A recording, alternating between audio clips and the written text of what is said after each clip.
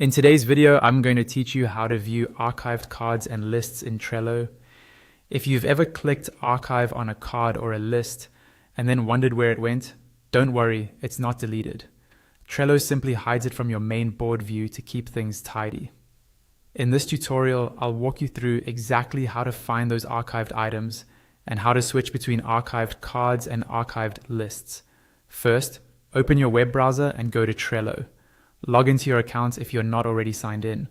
Once you're in, navigate to the specific board where you want to find your archived cards or lists.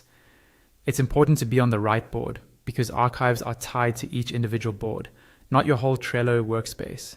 When your board is open, look towards the top right corner of the screen.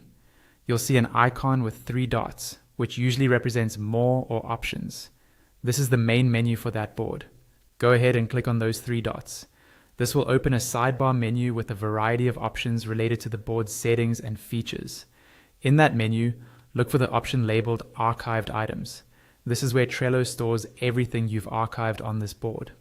Click on Archived Items, and Trello will open a new panel showing all the content that's been archived. By default, this view will usually show archived cards first. These are the individual items that used to live in your lists, like tasks or notes that you chose to archive. You can scroll through this list to find any specific card you're looking for. If you need to bring something back, you'll see an option on each card to send it back to the board. Now, if you want to view archived lists instead of cards, look near the top of this Archived Items panel.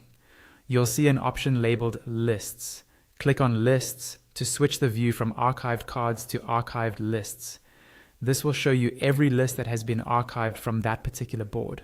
From here, you can review which lists you've removed from the main board, and if needed, restore them so they appear back alongside your active lists. And that's all there is to it. By using the board menu, opening archived items, and switching between cards and lists, you can easily find anything you've archived in Trello without losing your work.